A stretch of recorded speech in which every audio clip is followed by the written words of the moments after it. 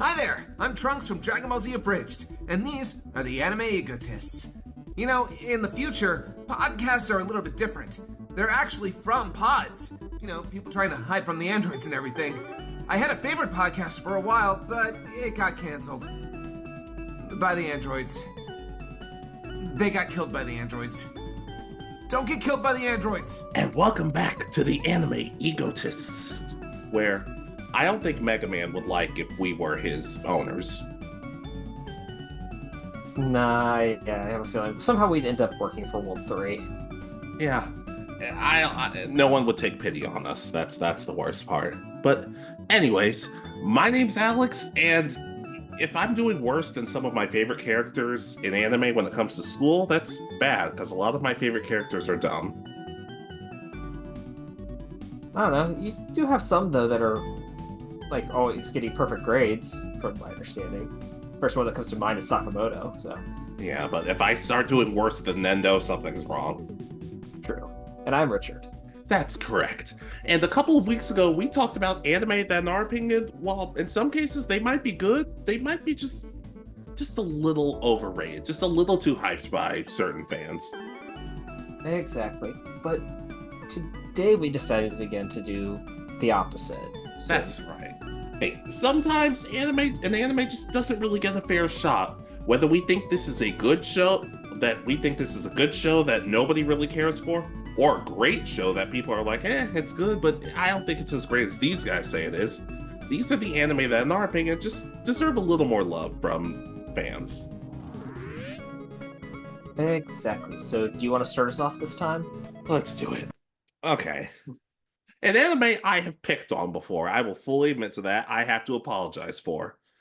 Sonic X. Okay. Look, is it goofy? Yes. Stupid sometimes? Absolutely. And Chris is not likable. It's really not all that likable. But there was a time in my life where I was watching this show regularly. Hey, the humor, while a little ridiculous sometimes, is legitimately gut-busting. And I find that the character motivations are good. I think that they get all of Sonic and his friends personality-wise perfectly. I think everybody does they do a really good job with everybody's characters. And heck, I even like how Eggman's presented. The first season, he's a huge threat. The second season, he takes a little bit of a step back to shadow. Oh, but he still feels really important. And the third season, he actually is teaming up with Sonic and Fred. And it makes him one of the more compelling villains and one of my more favorite versions of Eggman. But I don't know, with some of the ridiculous stuff, and yes, Chris doesn't help, I feel like people look at this show as a meme, and I feel like, in a sense, I haven't really helped with that. But when you look back on it, I do think quality-wise, it is a lot better than people gave it credit for. Yeah, I think a lot of the Sonic shows end up being very much for the memes. That's what they all end up seeming to become. I can agree though. This is from what the episodes I've seen, I do remember really enjoying them. I never have gone back and watched this show all the way through in at least the correct order. I've seen kind of some of the arcs. I remember an episode where they're all going to the beach and Sonic's doing everything to avoid going to the beach because he doesn't swim. So it's just it gets a lot right, and I like the idea of Eggman kind of progressing how he actually goes through a lot of the games when they have that sort of story. Is okay, he's the main bad guy in the first one, then he's a side bad guy, and then usually he somehow teams up with them to save the day because of something either he did or one of the other villains did that he didn't like. So Heck, he saves the day at the end of one episode, and even his henchmen robots actually look kind of cool at the end of it. I don't know. He was kind of my favorite part of the series, and that's saying a lot considering Team Chaotix is in this, but look, I've given this a hard time, and when you have an episode about a baseball game over a Chaos Emerald, you kind of have it coming, but I don't know. I think in some cases I'm a little hard on this show, and I do think, besides the memes, it is a really quality show. yeah, maybe one day I'll sit down and watch it all the way through, but I think I can agree. From what I've seen, it is very funny to that. And then yeah, I like the comedy of Sonic's kind of overarching story. Does it always come through? No, but even in the games, it can be really enjoyable. Yeah, heck, my dad and I just got done watching Knuckles, and we think it's better than everybody says it is. But another point for another day. Yeah. Speaking of that, I'm really looking forward to the Sonic 3.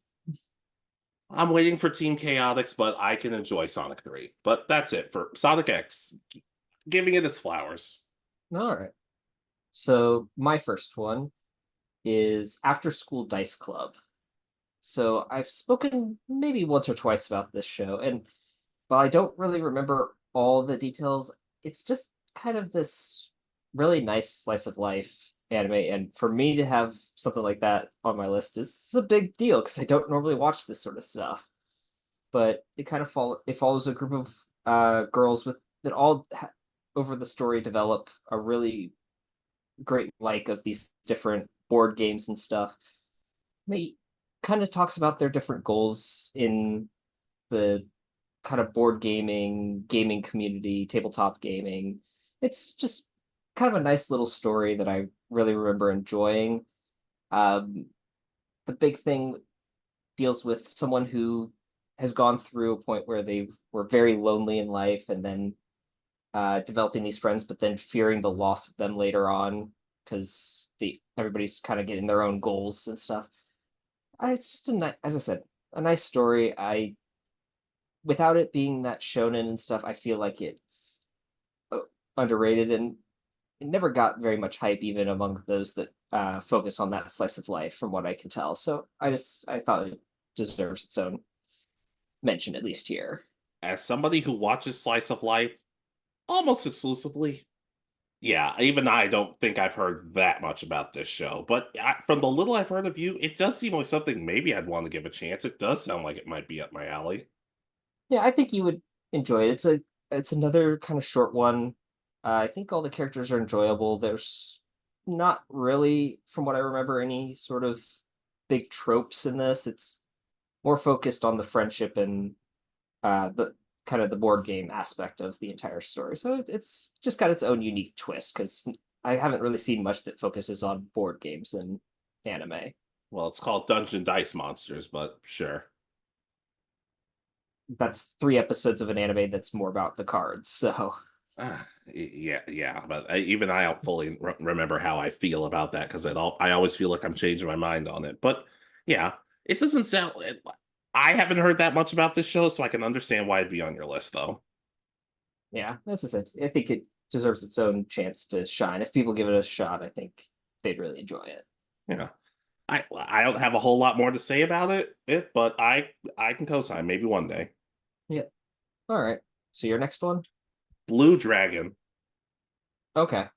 I always felt so bad because I feel like when I was a kid, when Blue Dragon first came on Toonami, it started coming on at night. It started coming on at night, like most shows did. And then I found that sometimes it came on early Saturday morning, and it was slowly getting to the point where I'm like, man, I'm not going to get up early every day just to watch this one specific show. But throughout the years I've gone back, I've kind of grown to miss this show. The idea of people using shadows to fight with each other and the adventure system is nice, and it's just cool to see some of these characters grow because the main character Shu, at first he can't control his shadow, and when he finally does start to, it showed that it takes a little bit longer because the shadow even tells him, look, you found the ability to summon me. That's cool, but I still don't know how much I'm willing to listen to you. And it slowly starts to change over time. I feel like for the most part the characters are likable. The fight scenes are simple, but they're not too over the top by comparison to others. And I feel like a lot of the fights had a little more. Some of the fights had more strategy going into them than I remember them being. The greatest show of all time, not even close. But I don't know. I don't know. I feel like there are times where I'm like, man, if this were to get a remake or something, I feel like I'd be one of the few people who was genuinely excited for it. I can co-sign. I remember really trying to follow the show very early on, but then I think I ran into kind of a similar problem to you, whether I wasn't staying up late enough, so I was missing episodes there, or I wasn't getting up early enough. So just the combination of that, you miss a lot, unfortunately, with how they were doing this one. I think it's because of Toonami was really focusing heavily, I think, at the same time on Naruto and its story, because that was the, I guess, big one at this point. Yeah. Yeah. There's some stuff about it that doesn't fully hold up. There's some jokes where I'm like, oh, I can't do this joke anymore. But that's bound to happen with a lot of shows. And I just feel like Blue Dragon, like when I like if it's on some streaming services, is like I go back and I watch it, and I'm like, huh, I wish I'd watched this show from the beginning when it first came out, because I think I would have really, really enjoyed it. Yeah, I had the same feeling. I haven't gone back and watched it myself, but I do remember really enjoying the at least first few episodes and seeing him struggle with controlling his shadow and all that. It was, I don't know, it was a unique premise for the time. Yeah. And they actually had video games where you did different stuff. Like the two main rivals hated each other in the anime, but in the video games they were actually very close friends who grew up together. I'm like, okay, that's different. I have to give them credit for that. I wonder if they changed it in the dubbed version, if that's where that difference comes from or not. I don't think so, but I don't know. Oh, like the games had a lot of differences from the anime, and I kind of, like I said, I appreciate that. But Blue Dragon, I don't think it deserves to be. It's not the greatest anime, but I don't think it deserves to be forgotten in a lot of circles. Okay. All right. Yeah, I'll co-sign. I think this is one I should probably go back and give another shot. All right. So my next one is Reign of the Seven Spellblades. So I'm not familiar with this one. this is one that came out, if I remember correctly, it was premiering the same time as like Mashal was season 1 was premiering, Ah, there we go. and it was kind of overshadowed because it's not necessarily similar premise, but it's got the same setting of a magic school. Um, this one's a bit more darker and it focuses more heavily on the magic aspects of the world. Um, every every family has its own special magics. There are 7 spell blades, which are like the most powerful spells in the world, and only 7 wizards know them, and they pretty much pass it down to one person each time. And this is show follows these students as they kind of go through, each one having different goals but still supporting each other. You've got one guy who really likes using plant magic, a girl who's really into magical beasts and monsters. There's a lot to this show. I don't really want to spoil it if anyone wants to go see it, because there's a lot of different things in this show. But it's the way it gets dark is that the older students kind of try to capture an experiment on younger students with their own magic, and it's kind of like if someone was to get captured, the teachers don't necessarily care. It's kind of survival of the fittest in the school. There's a lot with that. Trying to think. There's one of the main cast has I forgot what they called the magical ability, but pretty much based on kind of how they're feeling, if I remember correctly, they actually change between male and female, and it's really interesting because they talk about it and, from my understanding, do a pretty good job of explaining someone who's not who's kind of that non-binary. They can kind of go between the two in some cases. So and they don't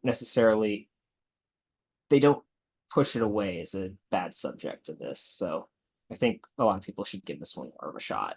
Yeah, considering I had no idea what it was, I guess, but you're blaming Mashal for this. I've never even heard of it, but it does sound like it would be interesting. It might be worth giving a chance. Yeah, as I said, I think it got heavily overshadowed because there were several isekai with magic and stuff coming out. Mashal became very popular roughly about the same time as this was premiering, so I think there was a lot of other magical shows that got more of the focus than this one did. Yeah. But it does sound interesting. Maybe some of the darker tones might fit for me, but I can go sign. I think we might be able to talk about this one. Yeah, if you ever give it a shot, let me know. I'm wondering, I just because I think it wasn't as popular as they were expecting. There's a lot left on the table for more seasons, but nothing has been announced for future seasons. So I'm kind of in the waiting game for this one. Oh, that's always fun. So, all right. So your next one? Sandland. Okay. All right, another show Akira Toriyama had his hands in. Sandland is really, to me, it's really interesting because the characters are cool and everything, but the overarching plot is the overarching plot is pretty basic. It's pretty basic. They're trying to get what the whole world that they're living in is covered in dirt and sand, and they're trying to get water back so people don't, die. Hi. And as it starts off kind of like it seems like there's going to be a focus on Lord Beelzebub and his subordinates, but there's another human who actually ends up helping them with their goal, and his backstory is really interesting, and I've talked about it before. He seems remorseful for all the bad stuff he's done, and it helps give a little bit of a human element to it. And the fact that it's not just straight up fighting, but it's actually like the demons actually not necessarily using their powers, but maybe outsmarting some of the humans is a really interesting take with it. And I don't know, I just feel like with the second the show got announced, nobody was really talking about it. But I'm like, this is actually a pretty solid idea.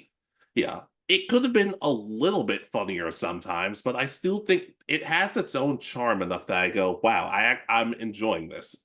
The demons feel like likable characters, the humans feel not, and it has its own design and flair to it that you can't, in my opinion, you can't really overlook. I actually have never seen any of Sandland, so I don't have much to say on this one. I don't know. Every time I've tried finding Akira Toriyama's other works, I always seem to struggle either to find it in its entirety or sit down and actually watch it from start to finish. So I just haven't given this one a shot yet, I guess, is what I'm trying to say. Yeah. I don't know. I just feel like people were just like when Akira Toriyama sadly passed away, people were talking about Dragon Ball, of course, and they deserve to. But I just feel like it's one of those things where I'm like, I want to give more than that a chance. He wasn't just Dragon Ball Z onward. And when I gave the show a chance, I'm like, wow, I'm really enjoying it. It's a little different from what I was expecting, but I still think it's worth giving a chance. I actually think it's really good. Yeah, I mean, I've heard good things about all of Akira Toriyama's other works. It's just, again, when you've created kind of what's considered the king of all anime in the Dragon Ball series, then that unfortunately overshadows a lot of your other works. Yeah, but still, well, I found it to be really enjoyable. Oh, kind of a weird sense of humor sometimes, especially with Prince Beelzebub, but it's still cool. And apparently, Deborah is in it. Okay, I may have to give this a shot just to catch a glimpse of that because I don't. That they're only in Dragon Ball for like a minute, Yep. so oh, maybe I'll give Sandland a shot one day. I got that and got his other one, Dragon Quest, right? That's his other big one that I believe so. I think I know what you're talking about. I think they premiered it like after Dragon Ball Super ended or right about the same time it was ending. So I don't. We'll figure out eventually. But Sandland doesn't get enough love, and it's pretty solid. all right. So my next one. Go ahead. So I have ACCA, 13 Territory Inspection Department. So this is a very interesting, like kind of political uh story of following one of the agents in charge of the well, a member of the 13 Territorial Inspection Unit. And he's kind of known as this laid back guy. He kind of peddling cigarettes and stuff, and but he's travels between the 13 districts in this country, trying to make sure that there's not a brewing rebellion going on, and slowly trying to influence and prevent one that, as he notices certain people from different positions planning different things against the royal family, and trying to and it's just a lot with like manipulating the royal family into becoming better than they were. They kind of start out as that stereotypical evil monarchy, and he is somehow, if I remember correctly, his mom might have been married to the king, or was mistress to the king before the queen was chosen, and so he's possibility of being the eldest son of the king and technically could fight for the heir. So there's a lot of political stuff in this, a little bit of action, but a lot of it's more on the suspense and kind of spy aspect of him trying to influence and prevent a civil war from breaking out between the districts, or the territories, and the government overall. Remind me the name of the show again?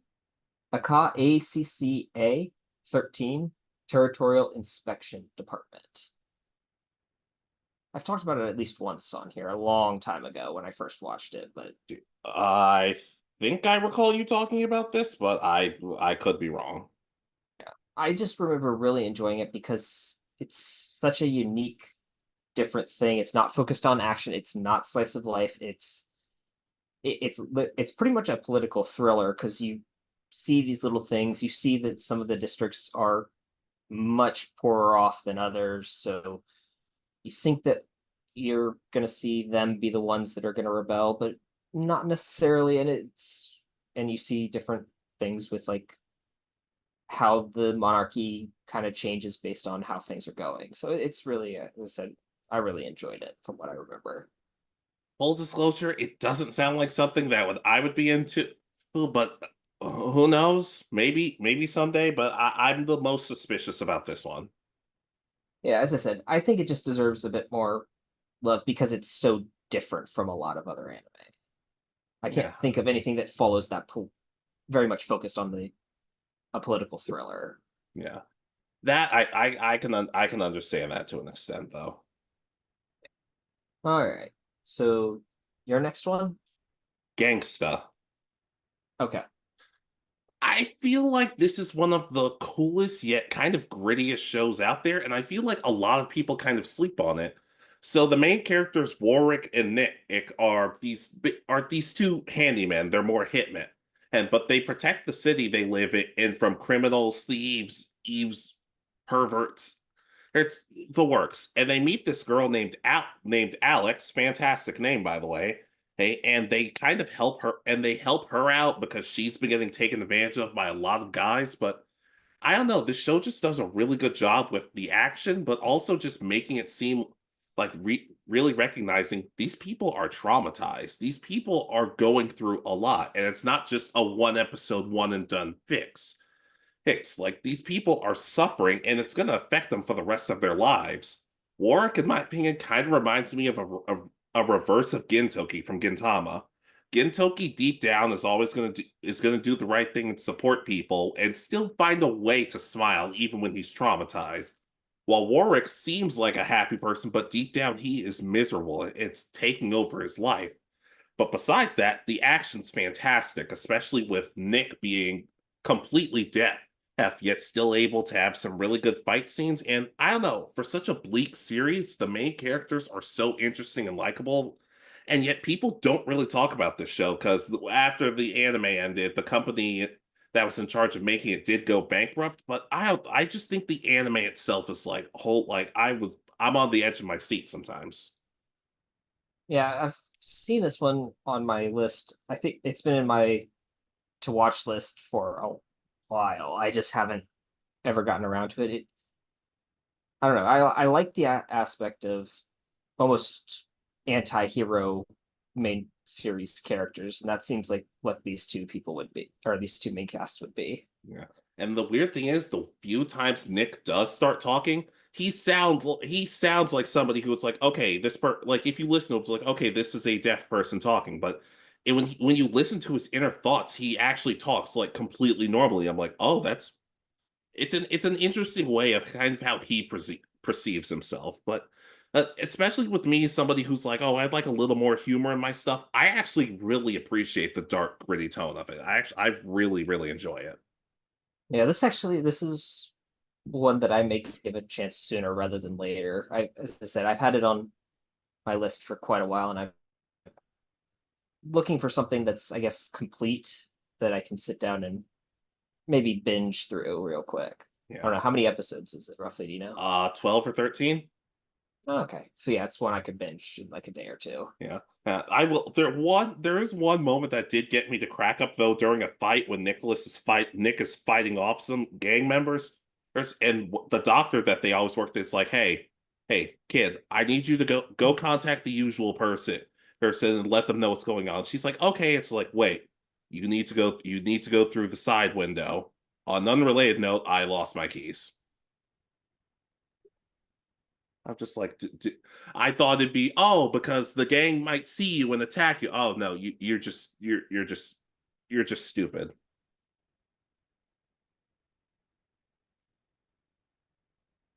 Yeah, I may be watching this. I have got a little bit of time over the next couple of days. Yeah, but Gangsta, it didn't tell, like, from what I could tell, it didn't tell the full story of the anime of the manga. But I feel like people forget about it sometimes, and I'm like, no, I even somebody like me who likes more lighthearted stuff is loving this show. All right. Yeah, I guess I'll co-sign as I'm probably going to give this one a shot very soon. Sure. All right. So, my last one before we get to honorable mentions is Stigma of the Wind. Okay. This was the whole reason I put this one on my list is because this was probably the first non-mainstream anime that I sat down and watched. Where because had been watching like Naruto, Bleach, Dragon Ball, and all that up until this point. So this was the first one where I'm like, okay, let me see something that isn't necessarily the big focus one where every person who's an anime fan knows about it at least and could probably name the main character. And is the story complete? No, because unfortunately the author for this did pass before he could complete his work. But I just remember it's a really interesting story following kind of the black sheep of a family who's supposed to be the most powerful fire mages. And he was supposed to be like the next head of the clan, but gets banished because he's actually more um, powerful with wind magic, and it's viewed as much weaker by the family. And it's kind of him returning and facing off with his cousin, who's now she's supposed to be the head of the family, and with his wind magic, he's kind of trying to prove them wrong and show that just how strong he has become now that he's kind of matched his affinity. And I just remember really enjoying this one. And actually, I think I binged all 20 something episodes pretty quickly when I first watched it. So I just had to bring it up here. I think it really deserves more focus because it does have a bit of that late 90s, early 2000s sense of humor, which doesn't always fly nowadays, but I still think it's worth a watch at this point. Yeah, it's always been a show that I've been wanting to give a chance, even with the mangaka passing away. It does kind of make me sad in that regard. It's like if I start it and I get too invested, then that's just going to break my heart even more. But it is something I've kind of been like, I don't know. Oh, I've been finishing up some other anime soon, so I might be adding to the list. Yeah. It's one I may eventually go back and rewatch because, as I said, I really seem to remember enjoying it, and I want to see if my tastes have changed so much since I first got into anime that wasn't necessarily the main one for whatever season or something as it was Yeah. coming out. Yeah, those are some of the best ones where everybody's talking about one show, you find something else. That seems to happen to me a lot, and people make fun of me for that.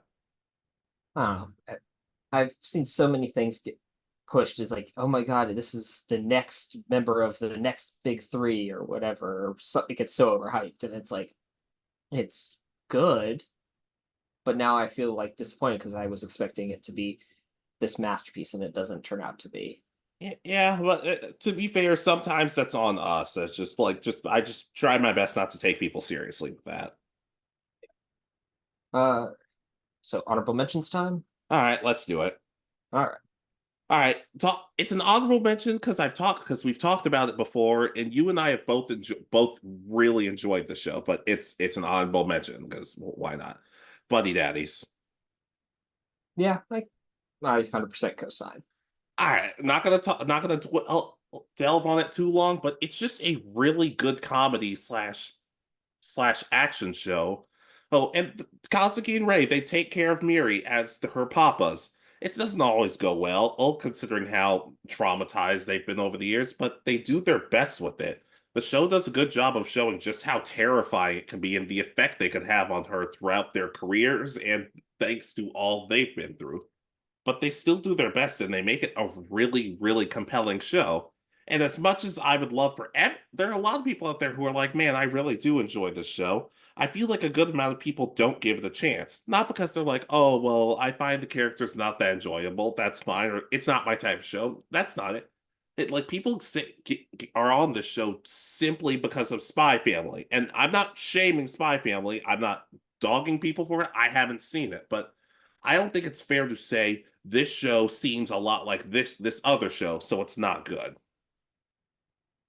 Yeah, this one is they have different aspects because Mary is not she's five. She's not really a full character. She's kind of more of a plot device in this series. She does have some characteristics and stuff, but it revolves around her and uh the main dad's feelings for her rather than where Spy Family, all three of the family members are unique characters.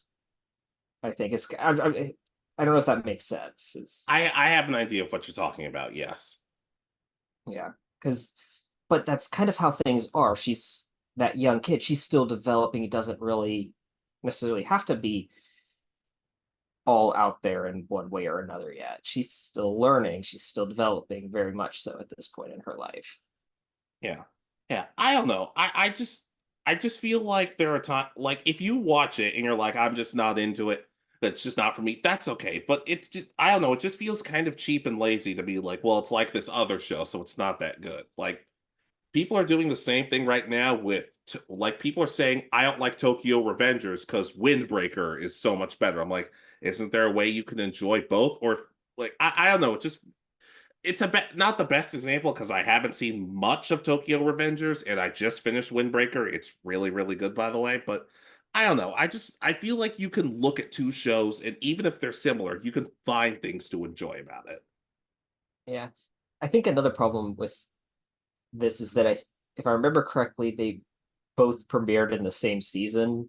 So, and were shown to have very similar concepts, at least at the start. They change very much later, very quickly, but I think that was another part of the problem was that they premiered so close together that they can't help but be compared to each other. Let's see. I'm gonna see if I can find it. Let's see. The anime for Spy Family came out in 2022 and Buddy Daddies was 2023.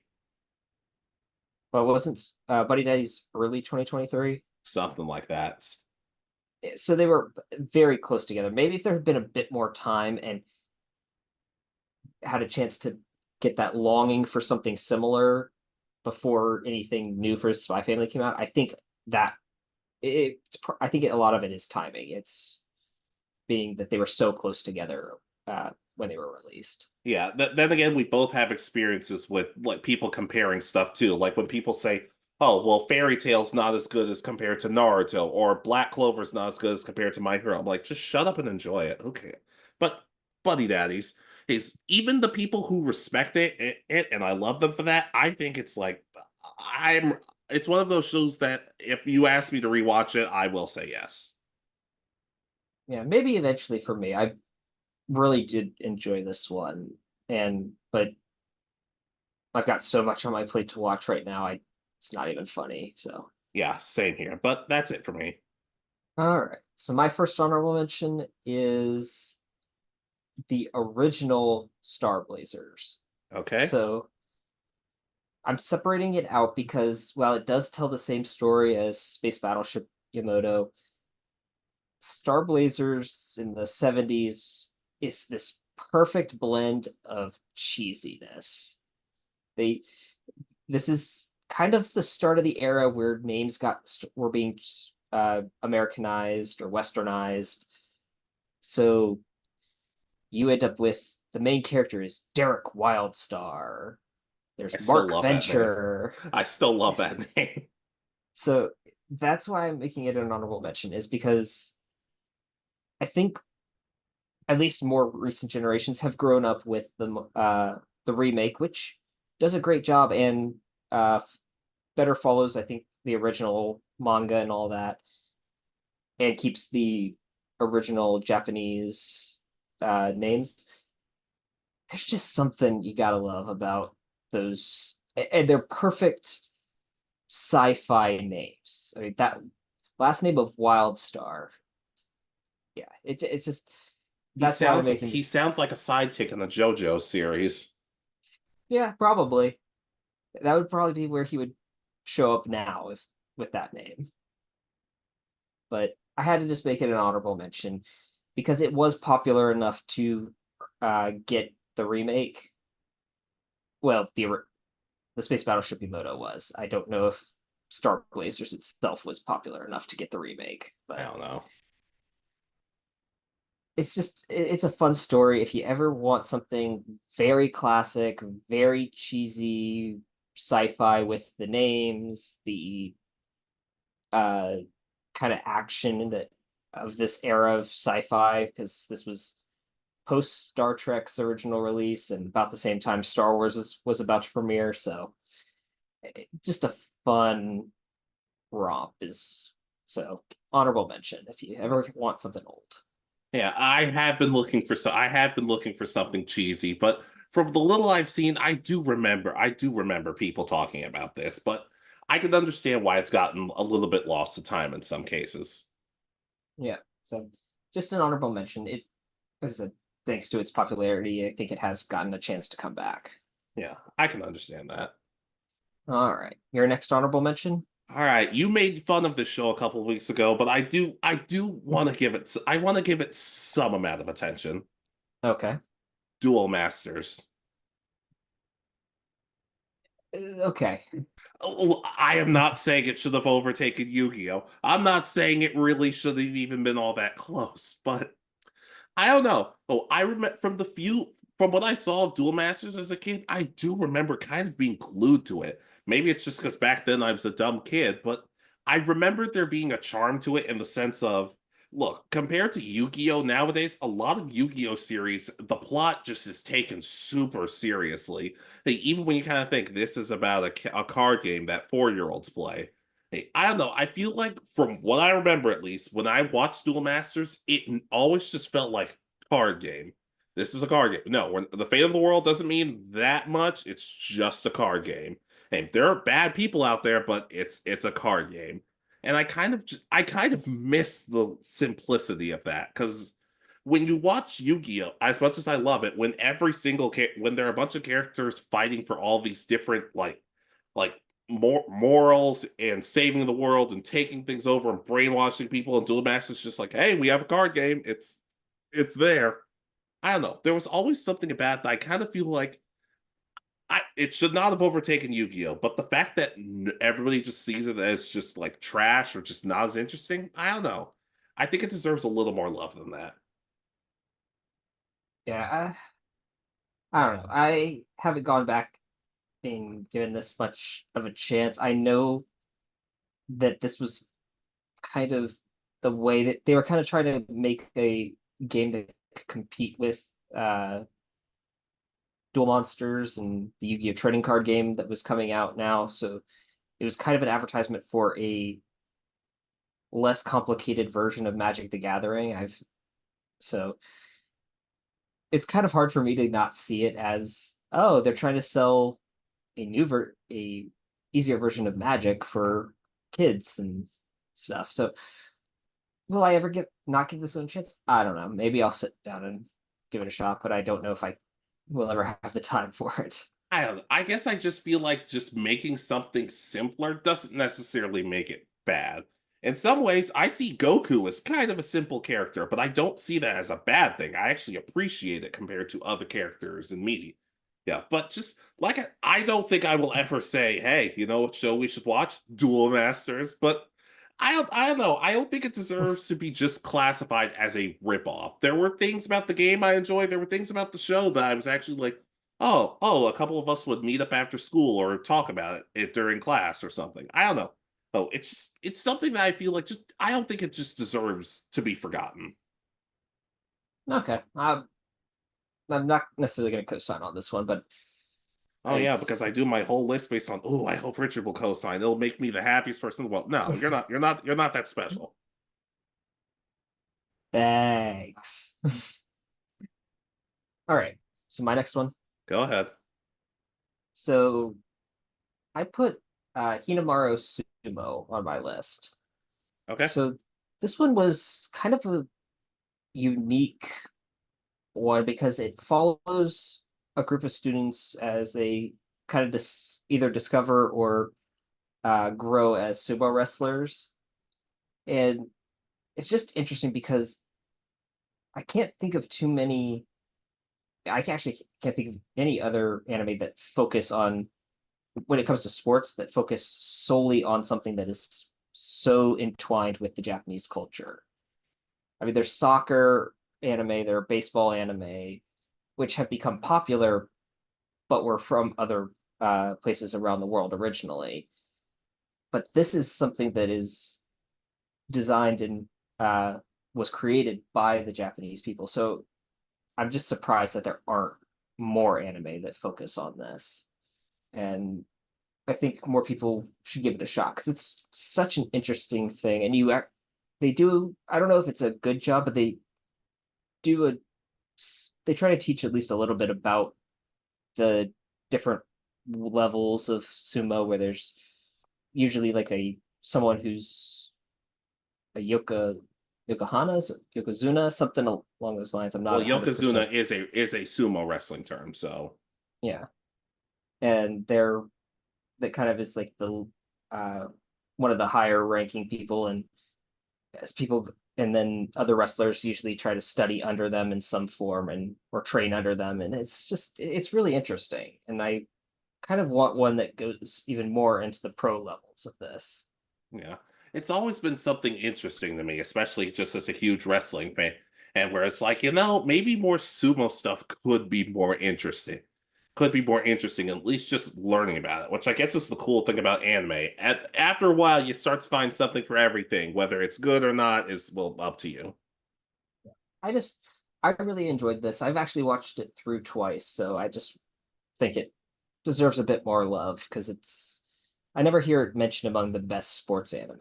Yeah. For Weirdly enough, I was just looking it up, and somebody on Reddit said this show deserves a lot more attention than it gets. So I'm like, huh? Does Richard have a burner account? No, I don't. No, but it has been a show I've been wanting to give a chance. Hence, maybe we could talk about it more someday. Because, like I said, I've just finished some stuff up, so I'm looking for new things to watch. Yeah, hopefully maybe we'll talk about it. I think it would be an interesting one to go over. Yeah.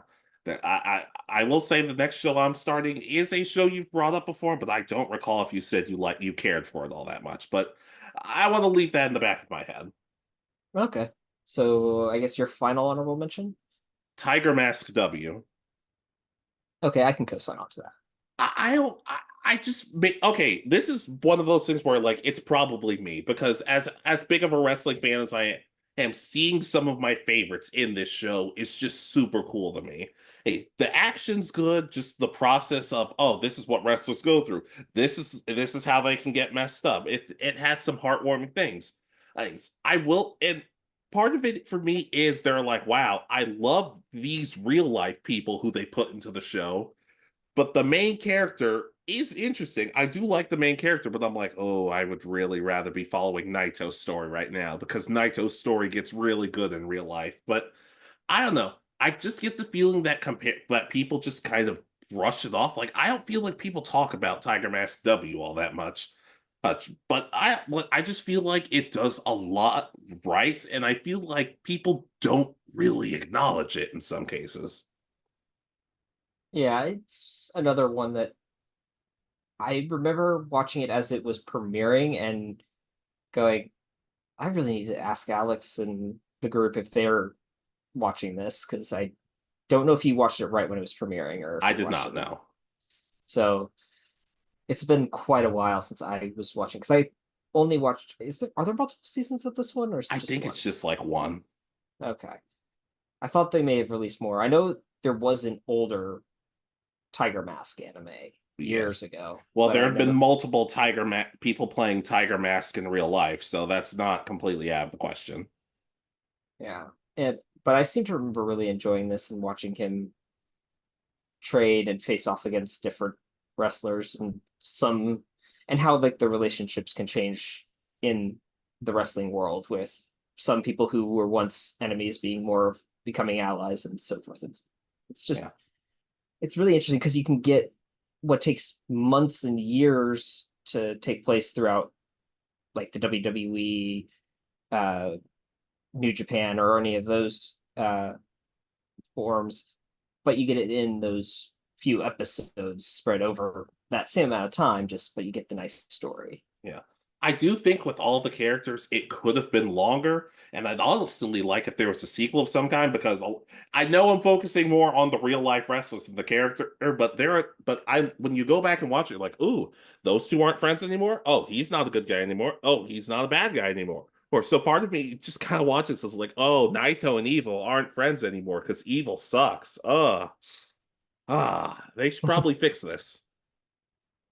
Yeah, it'd be interesting because from my understanding, especially with how complicated the New Japan stuff can get, they've got a lot of potential to tell these really far out stories in animation.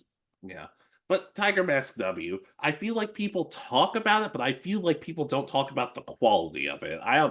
Once I do another rewatch, I'd like to talk about it a little bit more.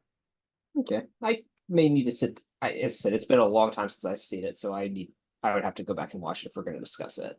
Sure. All right. So my last honorable mention.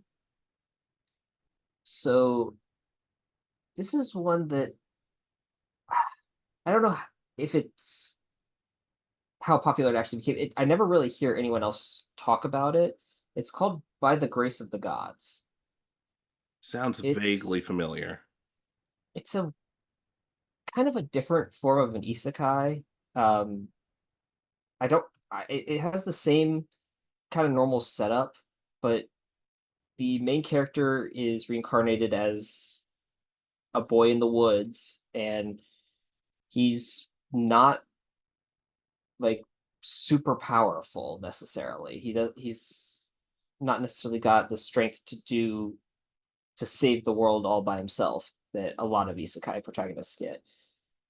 Um, but he has an affinity with the slime creatures of the world and just likes kind of collecting them. But it takes the slimes in a different direction from kind of your stereotypical just basic monster or uh in most of these kind of anime. He kind of experiments with them and creates like these subspecies, some that can clean, some that produce different things when they eat. It's just really an interesting aspect because it's like I never really thought of having something as simple as a slime, but it could be turned into like they can eat a whole bunch of rock and they'll spit out the valuable minerals instead. It Eating. kind of it kind of reminds me of how you've described Dr. Stone. Oh, just in the sense of, oh, well, there are these different I don't know. It gives me a Dr. Stone vibe just based on the very little you've told me right now. I can kind of see it that it's definitely more focused on magic and not necessarily explaining how everything works, but and the fact that his like big goal in like season 1 is opening a laundromat for a town that he, for the first time in his life, he's as this kid he's come back to. It's such a different goal from your normal I've got to save the world. He's literally just opening a laundromat and helping people clean their clothes a lot faster and save the time on that. And then I'm going to go on a small adventure in a mine. One of my favorite shows is about a supervillain who wants to enjoy his day off, so I can't really give you that much of a hard time for it. Yeah, as I said, it's just one of those, but because I think by comparison to all the isekai, which I think the most popular versions usually end up being the hero is the savior of the world and is super strong in some form.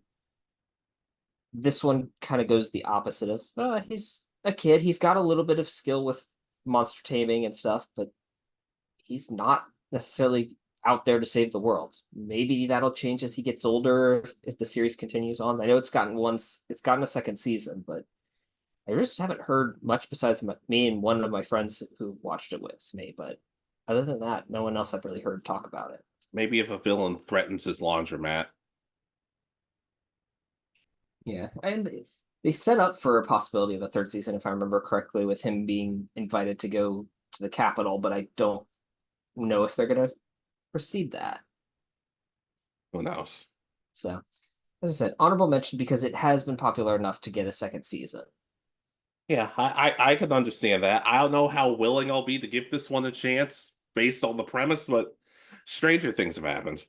Yeah, I try to give you a mix when it comes to some of the isekai because if you ever get interested in at least one of them, I think you'll may like some. But I'll just fall down a rabbit hole.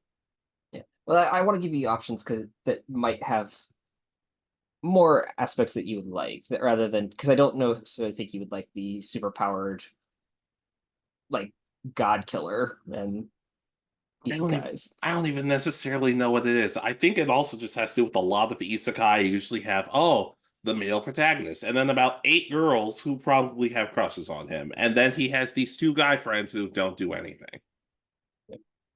I mean, there's a little bit of that, but they're more of like loving ants because they're older. None of them really have crushes on him. It's more of, oh my God, we love you for developing a laundromat, so I'm not spending 6 hours at the river cleaning clothes.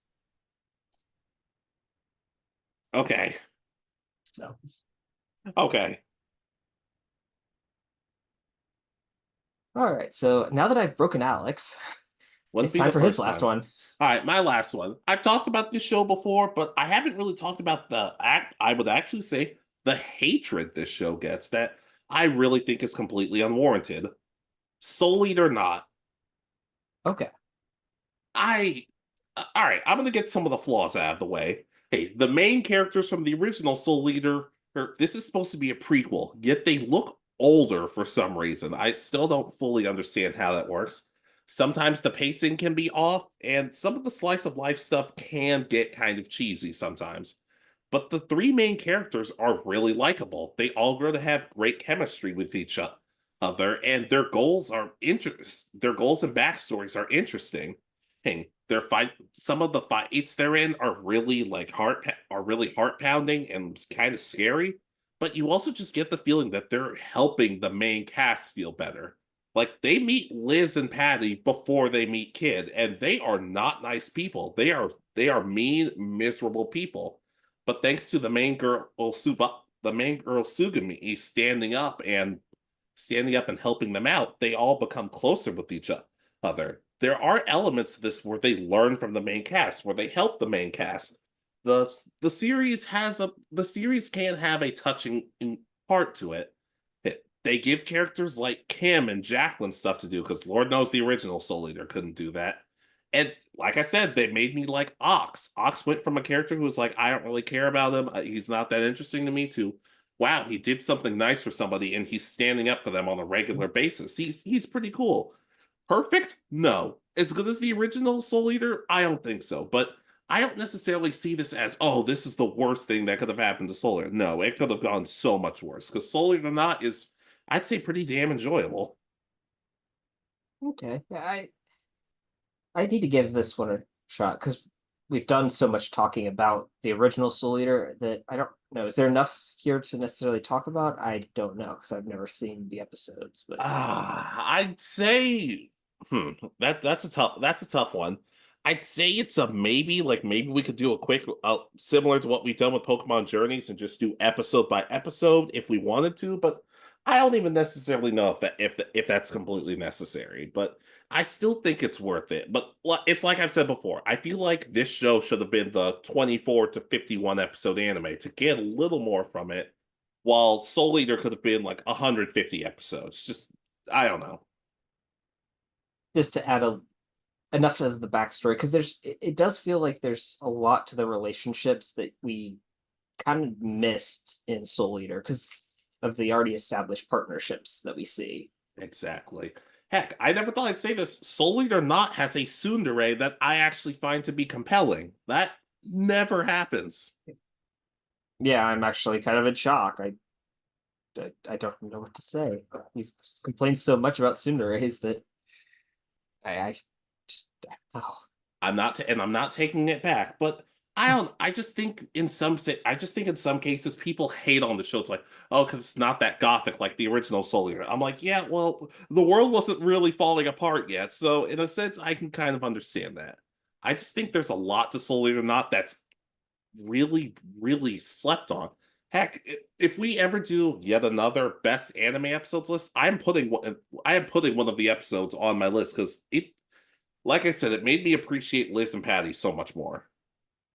I would need to go through and figure out some new ones. I know I've got I think a few from my like there were extra episodes, but I need more to finish getting this. I am not saying tomorrow. I'm just saying at some point I'm putting it in the back of my head like this episode is going on this list.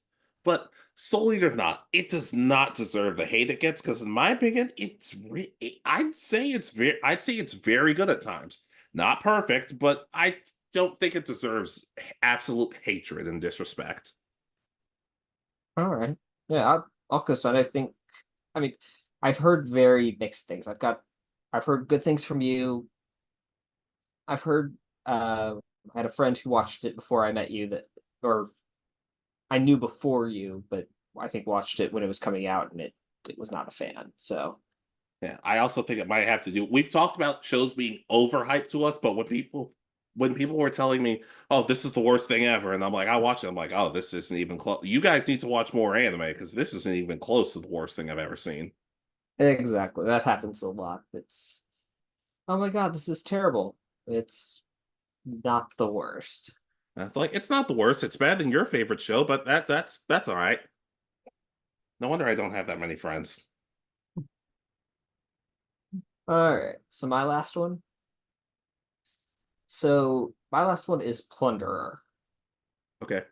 So this is one that I think got really overhyped because it was advertised heavily by Funimation because that was originally the only place you could watch it. And they seemed to think that they had the next shonen anime, like big one that's going to come back over and over again. I think this was about the same time that season one or maybe season two of My Hero was coming out. I'm not 100% sure. So they didn't know about that. It was a little bit before Black Clover. So none of the like ones that have kind of become at least a little bit more popular and had multiple seasons and long runs. It had one season and kind of ends on a cliffhanger with what's going to happen and all that. And just and there's no word about a sequel.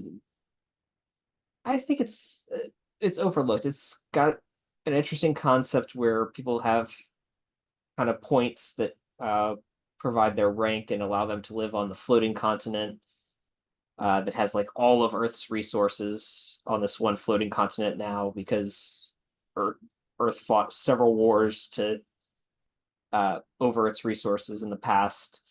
You get some time travel stuff where they go back and learn the history of how some of the main characters became these like legends of old.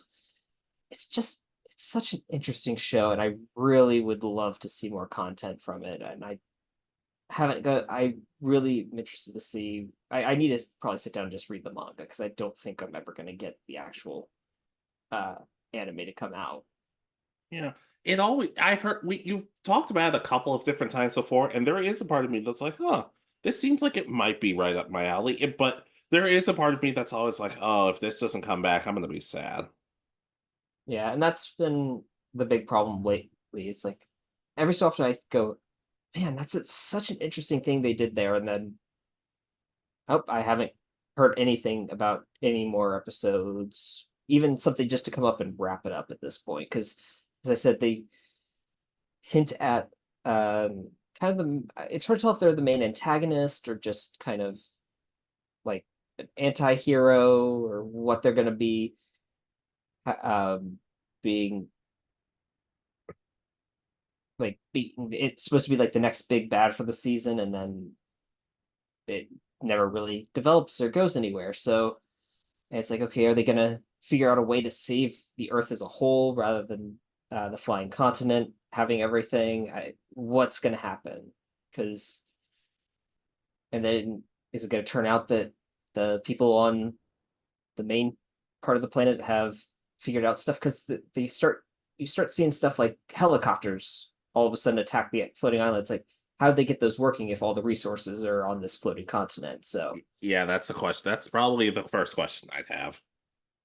so just a whole bunch of combinations of stuff that make you wonder, like, where could this have gone? And I said maybe I need to just buckle down and buy the manga or something and read it all the way through. But I really wish this would come back, or maybe get a whole remake if they have to do it that way. Yeah, I can co-sign it. I still haven't seen it yet, but I do think it is a show that I would like, and then be sad because I'm like, oh dang, that's it. Yeah, and as I said, it got really overhyped because this was whatever season it came out in. It was hyped as like this is the next big anime, and it was not. And I hate when anime get hyped up so much and then disappear forever. Yeah, but then you ended up really liking it. Mm-hmm. Let's see, January 2020. Let me. So My Hero was out by this point. Yeah.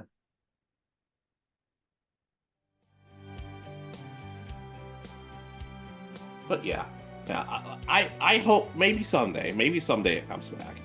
Yeah. So I guess it was a couple seasons into My Hero, and it would have been about the start of probably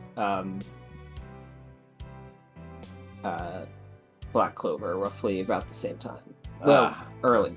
Black Clover came out when we were still in college. We were out by 2020. Has it really only been 4 years? I thought it had come out while we were still in college, but I guess I was wrong. No. Wow, you're a My Hero fan. You're even trying to find ways of blaming it. I'm so proud.